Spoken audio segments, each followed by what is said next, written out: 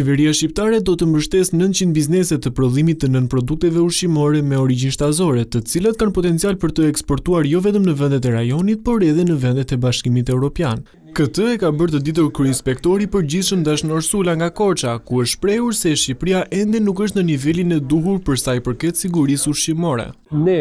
po japim asistencën si Inspektorati i Përgjithshëm dhe si Inspektorati Qendror i AKU-s dhe me të gjithë specialistët për duke quar të gjithë kërkesat që kërkohen sipas Bashkimit Evropian dhe të jeni përmbushje të kërkesave nga të gjithë baxhet, nga industria e përpunimit të këtyre produkteve me origjinë shtazore e shumë gjëra të tjera, të cilët do të bien një afat kohor 3 deri në 6 muaj, të cilët do duhet të plotësojnë çdo kërkesë pas normave të certifikimit të Bashkimit Evropian. Siguria ushqimore është një nga sektorët më të vështirë në grup kapitujt e hapur nga BE, ku së fundmi kryeministri Rama bashkë me drejtues të institucioneve shtetërore ka kërkuar një vëmendje më të madhe për përmbushjen e kritereve.